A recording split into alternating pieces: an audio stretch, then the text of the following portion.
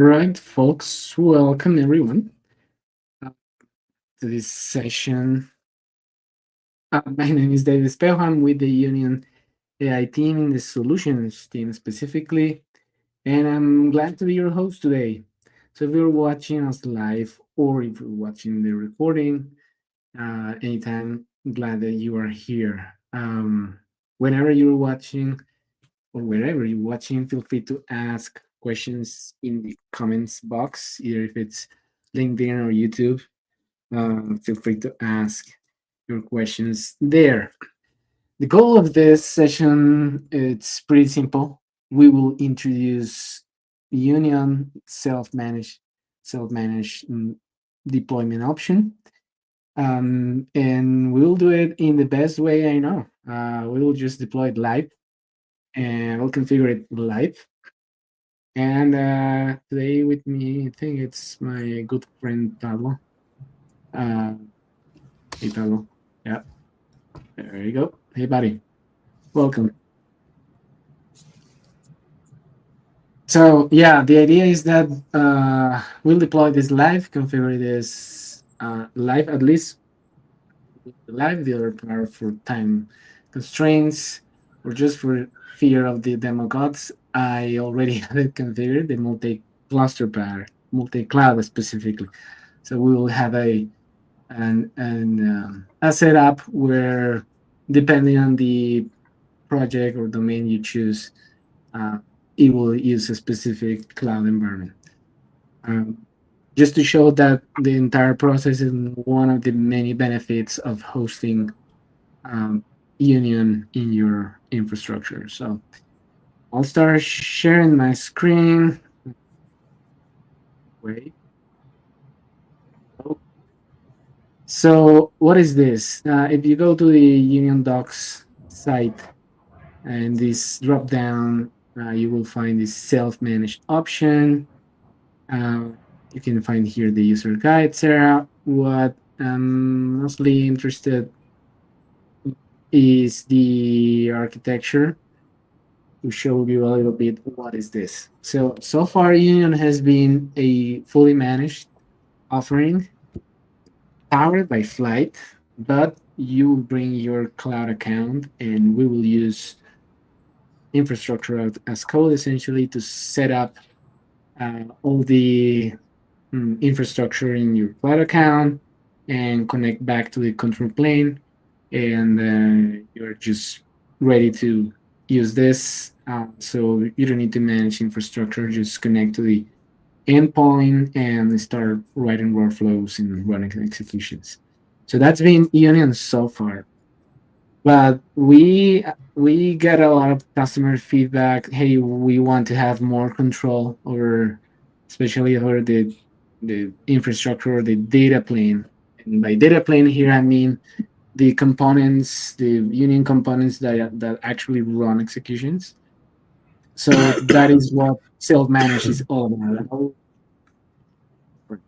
There you go. So that is what is this all about.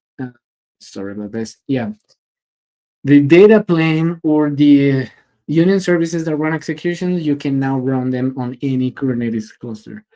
The control plane is still on Union's cloud and it's still managed by Union. That probably will change in the future. Probably in the future, we will have the entire stack can be self-managed by you. But right now, we have the control plane in Union, and you can install and enable the data plane on any Kubernetes cluster, not just the hyperscalers, but it can be on-prem, can be on Neo clouds or the GPU clouds. So any compliant Kubernetes cluster uh, with an S3 compliant bucket can be enabled to use Union. So that's what we will show you here. So how it works? Yeah, you need to set up a Kubernetes cluster, and that's kind of pretty straightforward in your cloud account. There are a couple of uh, things you need to complete before we have this section for every major cloud. Essentially, it's permissions, right? When we deploy this, and probably if you are a flight user, you aware of this. There are two kind of different identities. One is the for every task that creates a pod, especially in the cloud. This pod uses a service account, and through the service account, it can assume a role to access other cloud resources, right? And that's one identity, and the other identity is for the backend, right? For the flight backend components, it had a slightly different set of permissions, and it will also assume a role uh, to access other cloud resources. That's kind of the recommended approach. So here there is guidance on how to set up this for AWS, uh, AKS, and I think that's it. Yeah. So, but essentially is depending on the specifics of the cloud provider, we'll have this mapping of service account to a role in AWS. It's a role in a policy, and in EKS is a user assigned managed or a managed identity with federated credentials. I don't know if they could make it longer. Uh, that will map a service account in the namespace or namespaces where you will run executions uh, to a certain service accounts that the Union installation uses. Right? This is for the backend, and this is for the workers or the pods that run executions. Right? Cool. All right. So what else? Once you have your infrastructure configured and all the perms already wired up, these are recommendations, kind of the minimum set of perms your policy needs, but always follow your organization guidelines to confirm this. So once you have this in place, the next thing that will happen is that you will eventually install a Helm chart, right? Well, the Helm chart is this one. The repo is public. Let me share it here in the chat. There you go. And so you can take a look and dive deeper in what's actually deployed when you run this. Um, I'll I'll show you a couple of things that I think are important. There are essentially two shards that are installed. One is the CRDs,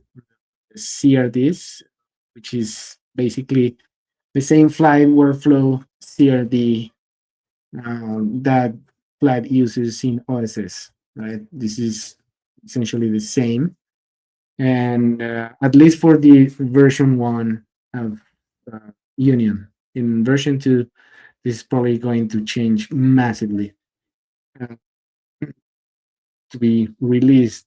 But this is true for B1. So that's one of the Helm charts that installed. And the other is the data plane, which is actually all the Union components that turn your cluster into a Union data plane, right?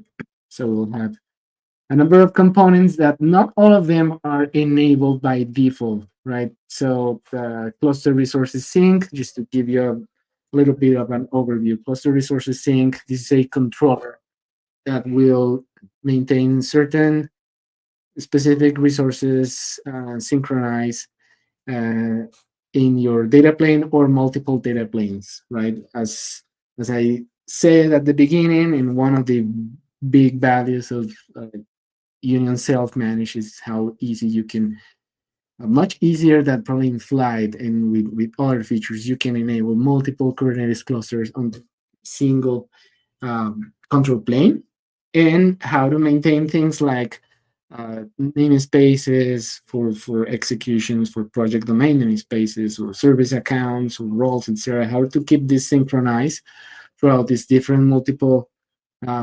environments. The cluster resources controller is the answer. There's also, well, the common stuff. This is always deployed. Flanbit, we use this for a feature that is union only, which is persisted logging. It means that when you have executions, let me see. Yeah. If an execution is already stopped in flight, you cannot see the logs, right? Yeah, this is a great example that this is testing and it's not working. awesome. But I have this one here, and you can see that the logs are there. These are logs from the task itself, and it already run almost an hour ago, right? So this is not a possibility in Flight. Flight, you will get log links in the UI that will take you to an external solution where you will send the logs, and only if that external solution, be it Datadog or CloudWatch or anything, if that solution persists logs, then you will have persistent logging. Or otherwise, you will lose the logs when the execution is done. But in Union, logs are persisted to an S3 bucket, and you can view them even after the execution is done. How is that? It uses Fluentbit for this, right? That's why you see this component there. And as we'll see in the values file, the only thing you need is essentially access credentials to an S3 bucket. It could be an access key and secret access key. The other thing is image builder is not enabled by default, and I'll show you in a bit how to enable these in values. Pretty simple, but it's another union only feature that helps you build images remotely in the cluster. What I mean by this, I mean, in Flight you have all flavors, right? You can write your Docker files if you're into it, or if your organization still uses it, and build your image, push to a registry, and configure your task to pull images from that registry, right? The next step is, if you don't want to manage Docker files, you can just declare the spec of the image in image spec. This is a Flight feature, and you can specify the base image or requirements file, custom registry, target architecture, etc. And image spec will build the image for you and will push it to the registry you choose.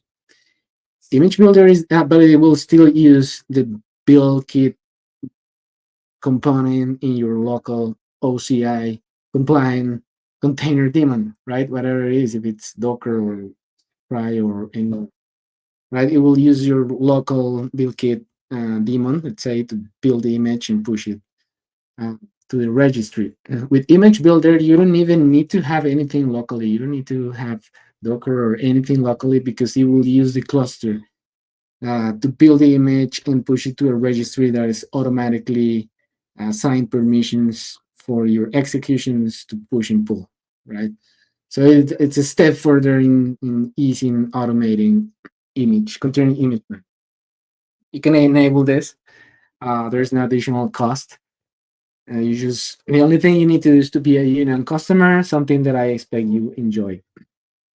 Anyways, monitoring, there are a couple of components that are deployed here. And essentially, it's a service monitor that we use. Sorry, that we use to capture, again, services and feed the observability stack that we run. So when you're a Union customer, you have 24/7, you have engineers monitoring your infrastructure. Node observers for the same thing. The operator is the core piece here. The operator is the actual component that is kind of like the propeller service, right? It will build a DAG. Well, the DAG probably is something that won't be a thing in a few weeks, but it builds your code, how whatever it is your code, and it's in charge of interacting with the plugin, being Kubernetes, Spark, or whatever, to translate your code into a successful execution. Right. That this is the component that also phones home. I mean, dials back to the control plane in Union to update events or execution events. It comes with propeller, and serving is also not enabled by default, but it's easy to enable. Is the serving stack that is provided by Union. Fairly easy to use. Think of it like a combination of something like Cloud Run that gives you the possibility to turn any Python code into an app, but without the hurdles. Everything integrated into the same platform. and with a bunch of optimizations that will speed up retrieving data from disk to the app for real-time serving, or from GPUs to the app. So pretty interesting. You can enable it again, no additional cost, just being a Union customer. So that's kind of the overview of what happens when you install this, when you install this Helm chart. So if you see here, the base values file has different ways to override this. Yeah, thank you, Mac. Uh, Things like this, for example, the project quota or the resource quota per project is something that you can override here, and the cluster resources thing will enforce it throughout the clusters. All right, without further ado, I will go straight to the demo. I don't know if there's any question. Yeah. Hey, Sage. Awesome. Great to see you. Yeah, loving image builder and image pack. I mean, it's a powerful combo to really get rid of complexity of maintaining images. Um, okay, so let's move to the actual thing. Uh, So what I have here is this. Um, yeah, you probably don't understand a thing of what I have here, but essentially, I have two organizations. When you want to evaluate BYOK or you become a Union customer, what you get is essentially a control plane deployed, and that's it.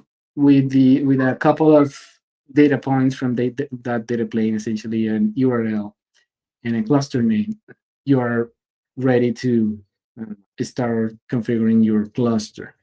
So in this case, I have two organizations. One is fresh, completely new, and the other one has already configured multiple clusters in different clouds. So just to see the full process. So I'll try to follow the yeah, I will try to follow the docs as much as possible, just to kind of mimic the whole process. So there are a few of assumptions. You already have your organization and the control plane URL for or your organization. I already have this and already tried this. Let me show you BYOK workshop. Workshop. There you go. Uh, this is basically my organization. If I go, this is the Union AI, right? The Union AI console or the Union AI UI, the whole project view. Um, if I go to the resources section, especially to the compute section, well, basically I have only one cluster registered, and it's probably not going to fully work because I don't have the permissions already wired up to the account, the AWS account. But I will go through the process, show you, and then show you one that is already installed, right? So this is what you will see when we say, when I don't know, when you're evaluating or you're a customer, and we say, hey, you're ready to install the cluster. This is what you will see: the control plane, or the control plane is already up, is ready. Um, you will receive an email to kind of configure your authentication method to join this, and then probably you can add more users here. You can start adding users here by email, so you can invite all your team to the platform. Um, So it's important to say that you need to do this even if they never log into the UI, even if they only use the CLI or CI system, whatever. You still need to invite them here. So the backend, the backend authentication subsystem will generate tokens for them. All right. So this is registered here, but in reality, this is not running. Right? This cluster is not running. It's not ready to run executions, right? So what I'll do is try to follow this. Um, yeah, so I have this repo. Right, to add this here. It's already there, but I will just update update, mm, repo, it's repo update, Union.ai. There we go. I think the latest chart release is from last month. Um, so yeah, if you're watching, if you're already using BYOK or self-managed, just feel free to upgrade. All right, so this is kind of the core step here, in my opinion, and it's the main value of having this fresh organization. So uh, you will need your control plane URL to generate or to configure UCTL to point your data plane or to control plane. What does this mean? What is UCTL? Well, the instructions to set this up are in the user guide too. UCTL is one of the CLIs. One day probably will have a single CLI, but UCTL is the CLI you use to interact with the control plane specifically, right? Uh, Get inventory, everything that is in the control plane. It's very similar to flat CTL, but with additional functions or features. So you will do HTML config init. In this case, my URL is, or my tenant is this BYK workshop, right? It's what I have here, BYK workshop. This is what we will send you if you were to install this for the first time, right? So with this, probably you will want to create a login, right? So you need to create login with this one, but probably with this nice post here. It will prompt you to log in, and it will save the login information in your local config uh, file, right? So now you're ready for the next step. Uh, the next step is essentially creating a new app. What does this mean? This step goes to our authentication subsystem and creates a new app, registers a new app. So every time this cluster goes to the control plane, it's an authenticated session. There's a token that is generated and everything. Uh, and that also protects the process from rock cluster, let's say. Right, it will generate a client ID, a client secret, and it's fine if I share it here because it's not like you will be able to take whatever Kubernetes cluster and use this information to register a data plane to this organization. It won't happen. But it's only before we have to before this session, I had to configure this organization and register. Hey, there is going to be a data plane that is called BYK workshop. So, right, and it can only be registered once, right? So the what this command does is again creating this app. So it's a known entity for the authentication system, and it will be handled throughout the life cycle. Even whenever you need to decommission the cluster, the app will be also deleted. All right, so let's do it. SQL, create, admin oath, not held. So let's see how it goes. Well, successfully authenticated, and there you go. So that this is what you will see, and it will only happen once, right? So you need to store this. We don't have a way to retrieve this. So you need to store the client ID and the client name and the secret. It's important. The next piece is go to your basically I'll let me duplicate this one, sorry.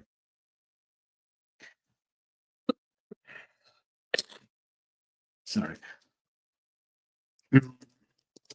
This is the values file, right? So there are a few things you need to configure. All this is in the docs, and this here, right? The next step is to feed your values file. The control plane URL is what we just use without the HTTP. The cluster name, here it says is arbitrary. It's not. unfortunately. We need to update the docs. This needs to match with what Union configures in the internal tooling. I'm sorry, it needs to match, right? So we need to agree on the cluster name you plan to use. Whatever name is fine, but we need to agree because otherwise the process will fail, right? So remember that I configured this to be BYOK workshop 01. This is the cluster name I have to use there, right? The other thing is the bucket name and fast registration bucket name. It can be the same bucket. Basically, when you use fast registration, which is, for example, Union Run, um, it will store metadata in the bucket name. In first bucket, it will store inputs and outputs in the fast registration bucket name. Um, we configure different lifecycle retention policies to try to handle the ever growing size of these buckets. This is safe for executions. Should do that, but this is the reason why in Union we provide this separation. You can use again the same bucket, but you could provide different buckets and have automatically configure this policy to only retain recent executions, recent outputs. Um, right, the cloud region, if it's a cloud region, and I think they enable multi-container option.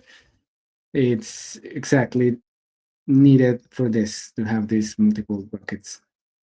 Um, the client ID is what the command just gave you, and same thing with the client secret.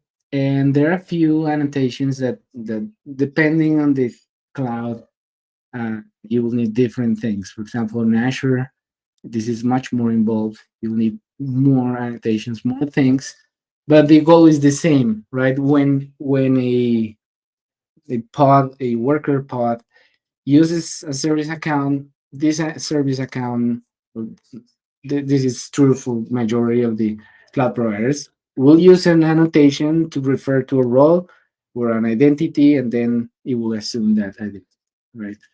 That is the reason there are these annotations. This is a service account annotation with a specific role.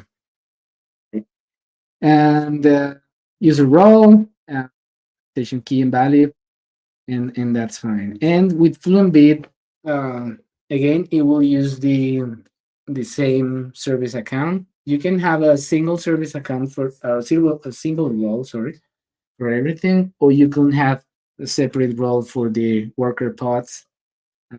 That will be this role, and you can have a separate role for the backend. That will be this one. But in this specific section of the docs, we try to keep it simple, and there are instructions to set this up, right? There are a few things you can configure. In this section, you can see the default resources you will need. This one, you will see the default resources it will request. Yeah, you will need at least 14 vCPUs in the cluster and around 28 gigs of memory. If that's too much, which is the case if you want to run self-manage in your laptop on Minikube, that's also perfectly possible. I've done it several times. Uh, you will need, or in a on-prem server with limited resources, you can adjust those values here. These sections of the values file, you can adjust the resource request for all the components, right, to make it use less resources. Uh, all right, so we'll install. Let me uh, do this in a healthy cluster. So yeah, I'll do this way here. There we go, kubectx. Right, there you go, and upgrade install. Right, I have the command there. As you can see, it will install the unit data planes here, this Helm chart, and also the Union.ai data plane Helm chart. If the namespace is not created, which is the case the first time you do this, it will create it for you. Okay, I have this particular values file that is already configured as I show you, right? It already has a bucket name. I'm using the same bucket for two things. I already have a client secret, client ID, etc. The roles. And I think, yeah, I have a configuration to integrate this with Datadog. I'm pretty specific. Right, so I will run this. Uh, yeah, then awesome. Thank you. This configure is this is kind of intentional. Uh, if we wanted to make this as real as possible, yep, you will trigger the request. There you go. Yep. Mm, we'll give it the name that I already have defined for this, and it will allow me to do this. So it's essentially a Helm install operation. In this case, the release was already installed. That's why you see the 11th revision. Um, so yeah, it's there. What do you want to check? Sorry. What do you want to check after this installation completes? Well, if you're a control freak like myself, really you want to see live what is happening. So I can see it. Try this here. Oh, it's there. So Binance. uh,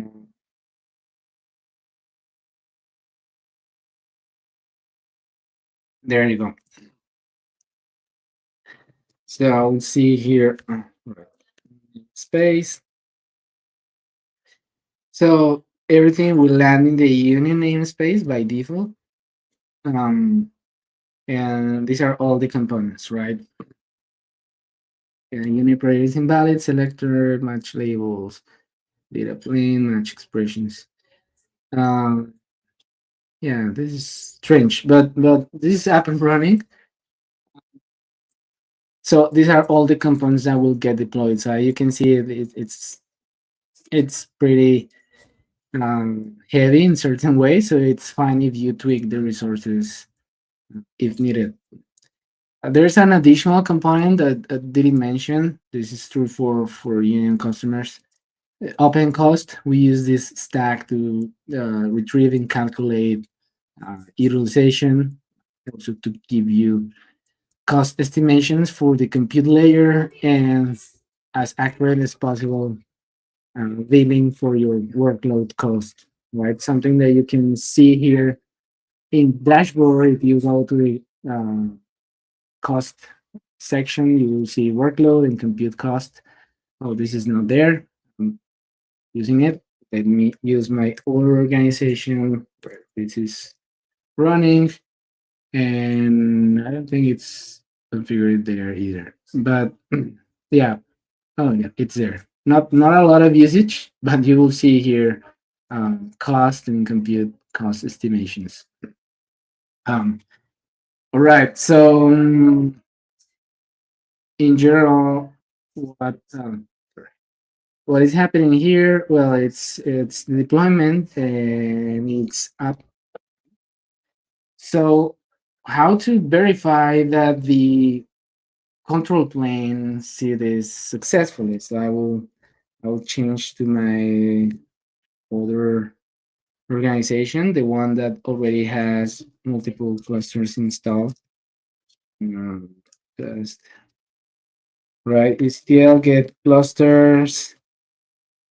Um, there you go. This one has 4 clusters already connected, right? But you will see a single one in this case, right? The idea is that you need to verify that it says state enabled and healthy. Right? That's the important part. So what happens here is that I already set up 4 different clusters. Uh, clusters 01 and 02 are running on AWS. cluster 03 is running on AKS and Azure, and cluster 04 is running on a Neo Cloud, let's say, and GPU provider. It's managed by them, and probably they either uh, installed or took down the cluster. I don't know, right? And if you were a this is a testing cluster, right? But if you were a Union customer, we will get an immediate alert. Hey, this cluster is unhealthy, right? And probably will reach out. Hey, what's happening, right? Sometimes it's transient when you run a Helm upgrade. Depending on the changes, it will roll out a restart of some of the components, admin, propeller, etc. So we'll see a transient unhealthy status. But this one has been pretty consistent since a couple of days. And I think they uninstalled this one or took down the cluster. But it's a good example that you can see this anytime. You don't need Union for this, right? You can query the data plane for the status of your clusters. Fine. So the next thing that you want to do is to use those clusters, right? What if I had each one of them is a separate Kubernetes cluster, and as I said, some of them are even in different clouds for different environments. So how to handle this in a way that is really efficient. So that's when a union only feature enters, which is the cluster pool. The cluster pool is an abstraction where we tie a cluster or a set of clusters and we group them together under this cluster pool. This is all in the docs, but let me describe it real simple, right?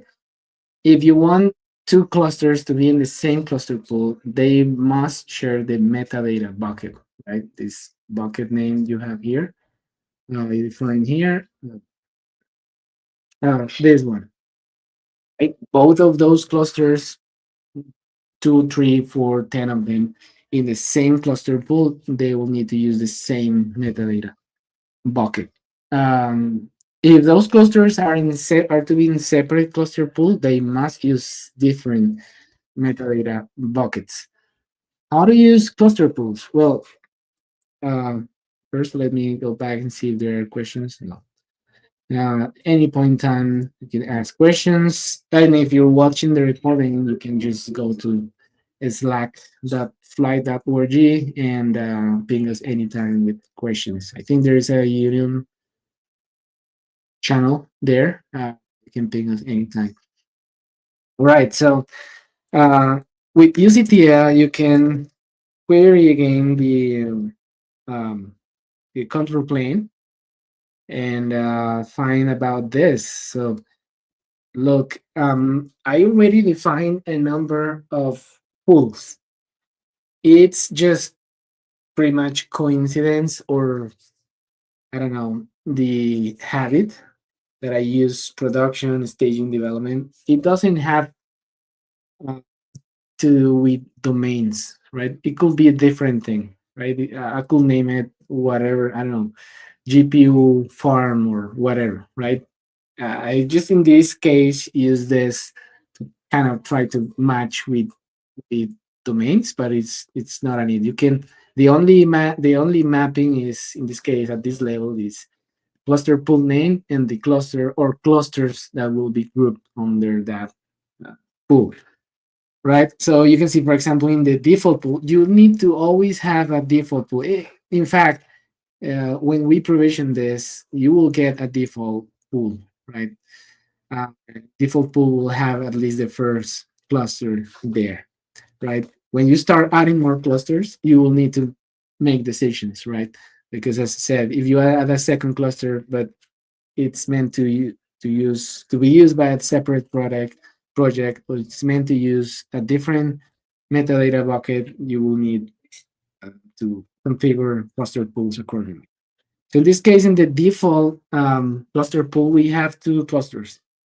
The CS test 01 is test 04 is you remember 04 is down, right? Right now, what happens if you send executions there? How to send executions there? it's pretty easy when you do, for example, union run dash dash remote, and you call your Python code and your workflow, and you don't specify a project or domain, that will be captured by the default cluster pool, right? And it will go round robin. I mean, there's not a lot of uh, super elaborated load balancing here. It's just round robin. It will go to one cluster or the other. So it might be that one of our executions will land here and it will fail because the cluster is down, right? So let's test that. So if I I'll switch to different context. Yeah, config init. Yeah, this one. So I will run this. There's remote. Yeah, hello world here, but I will not specify project or domain. I will just run this right away as it is. Right. It will again trigger authentication, and yep, it failed. Right. Probably it tried to land in the uh, 04 cluster. Right. If I try this again, it may be that it works, it may be that it doesn't, it won't work again, right? So it's because one of the clusters is down, right? Okay, but I had a also one thing uh, is the cluster pools, right? You can do this. You can also do cluster pool assignment, right? It's a further abstraction where you can go more granular, right? Because right now it's a full cluster and a cluster pool, right? Uh, and the only close mapping is if you don't specify anything, well, it will be captured by the default. Fine. But if you want to be more granular, and that's a recommendation, you want to do a cluster pool assignment. Right now, you need to write this very simple YAML file. Probably in the future will be different, but right now this is the interface. Uh, and in this YAML, you will specify, I want this project. It could be only a single, it could be a project, right? You could say, I want everything in this project to land in this cluster pool, right? Um, in this case, I'm saying it's not only a project, it's a project in a specific domain that I wanted to land on this cluster pool, right? So essentially, you configure everything, all of this through UCTL update uh, cluster pool assignments, and you will invoke the file, and that's it. I already have this configured. I I don't think yeah, I don't think this one has, yeah, this is not, no, cluster configs, yeah. Yeah, you can have this at the project domain level, right? So you can get cluster uh, pool attributes, yeah, there you go, for project and domain. And it will say there's nothing. Awesome. Um, but what about for production? I think for production we have this. Awesome. So it's a different object. It's a cluster pool assignment, and unfortunately, I don't see a way to query this. Once you have created, I don't see a way to query this in the CLI. Right? It's not an execution cluster label. It's clearly not a cluster pool attribute. Um, and it's not a cluster pool. Uh, let's see. UCTL get cluster pool configs. That's it. Yeah. And yeah, config.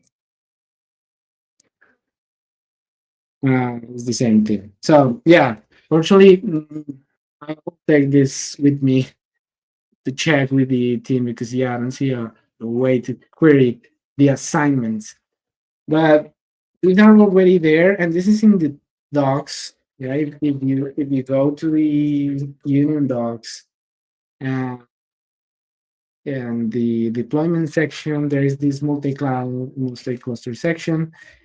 For BYOC, essentially the multi-cluster, multi-cloud thing is at the account or cloud account level.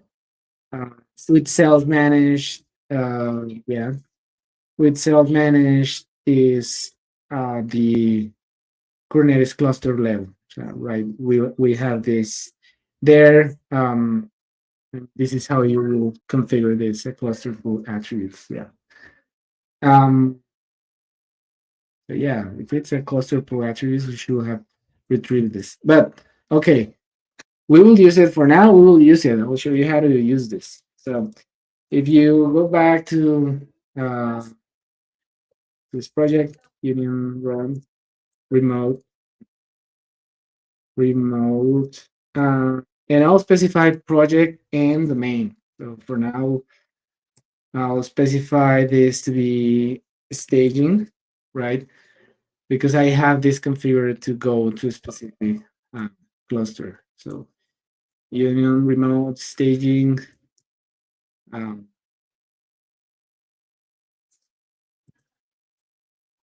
yeah, that's the one. It won't work. Sorry. It's development. Development. And there you go. Um, why I know this? Because there's this, right? Multi-cluster development. We'll go to the development uh, cluster pool, right? And the development cluster pool has the first cluster assigned on, right? So this one worked, okay?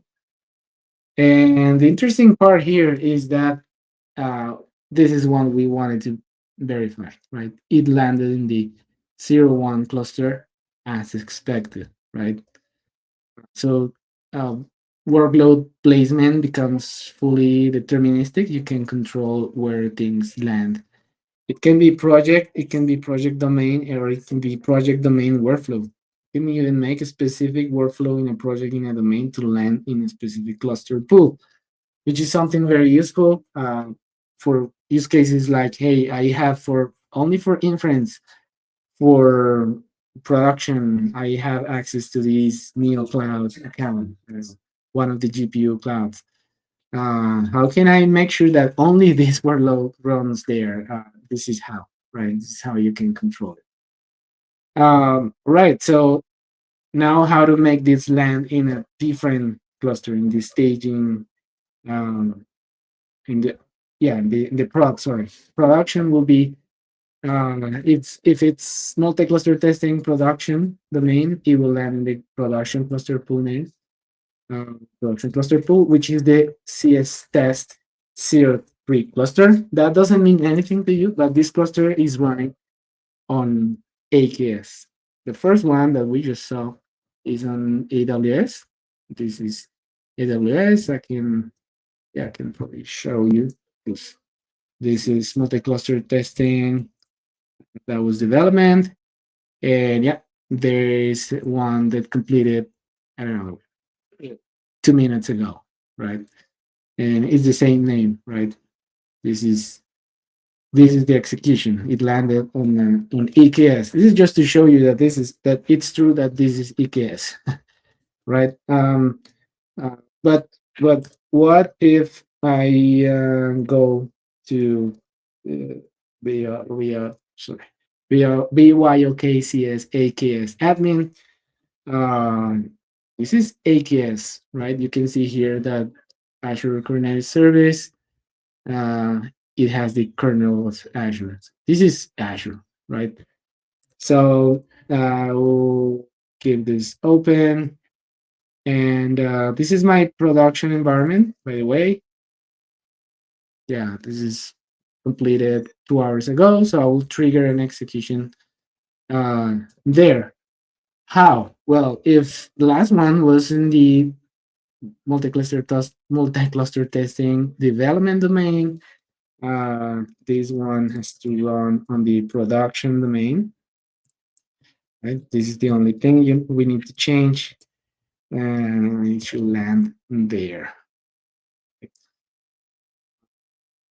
Execution. At some point, a new path will pop up here. Right now, what's happening is there you go. There is. And if I go here, what we want to verify is that it's landed not in the 0 1 cluster, but in the 0 3. Again, there you go. Which is in this case a cluster on AKS on Azure. So yeah, I don't know if how much you follow, but I tried to pack all this in less than an hour, uh, and be as transparent as possible. I didn't hide anything, right? I mean, the process is there. Probably the only thing that I didn't do is to actually complete the Helm install in a new cluster, just because I before this session I ran out of time configuring this, and by this I mean this the policy and the perms on AWS for this to work. I knew it wasn't going to work, so why bother? But if you have this available, it's essentially what I just showed you, feeding um, the values file. And what I was able to show you with the new work was exactly this: what to do here, what happens here, and where to add the values in the values file. Right. So we have here instructions for some of the major clouds, and what we call generic Kubernetes is what you can use for any other probably non-cloud vendor managed Kubernetes. So it can be on-prem, bare metal, neo clouds, whatever. I mean, I mentioned this not empty examples; it's things we have tried and it works. Um, and again, with the multi-cluster configuration, it's covered in the docs. So you just need to plan this layout, plan the layout. Hey, how I'm going to assign clusters to pools, and then pools to projects or project domains workflows, and then it's just a matter of learning how to use it either from the CLI or from CI/CD.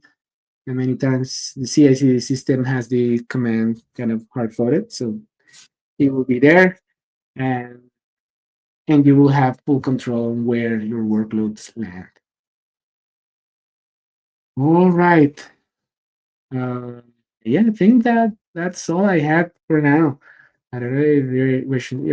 Oh, awesome. Yeah, I see questions. Let me stop sharing because this is strange. If if one cluster goes down, does the workloads move to another cluster? No, no. I mean, we are not at that level yet. I mean, we if an entire Kubernetes cluster goes down, that will be considered as system failure. The union operator will retry executions until it runs out of system retry budget, and then it will fail.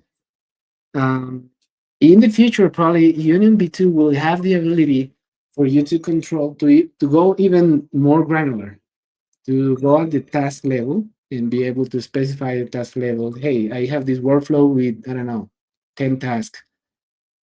Some of these tasks will run on cluster A, some of these tasks will run on cluster B, right? And well, that will imply some permissions, so tasks can retrieve outputs from previous tasks between different environments. But that's something that probably will be available in the future. But even so, if one of your cluster will go down, all the tasks running there will eventually fail. So it's not really a disaster recovery kind of solution, but probably with um, external tooling, you could do something. But yeah, for now, that's the scope of it. I don't know if that answers your question, Shintu.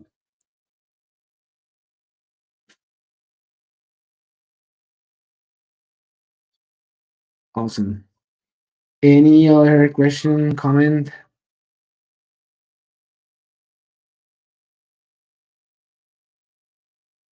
All right. So with that, I hope this was useful for some of you. Again, join the flat Slack. I think it's here. At any time, ping us if you have questions, and go to Union.ai. Also, you can book time for demos, have a deeper conversations on how to integrate this with your DevOps stack. be happy to talk. Uh, so thank you, Shinapu, and anyone else joining. Have a good rest of your day.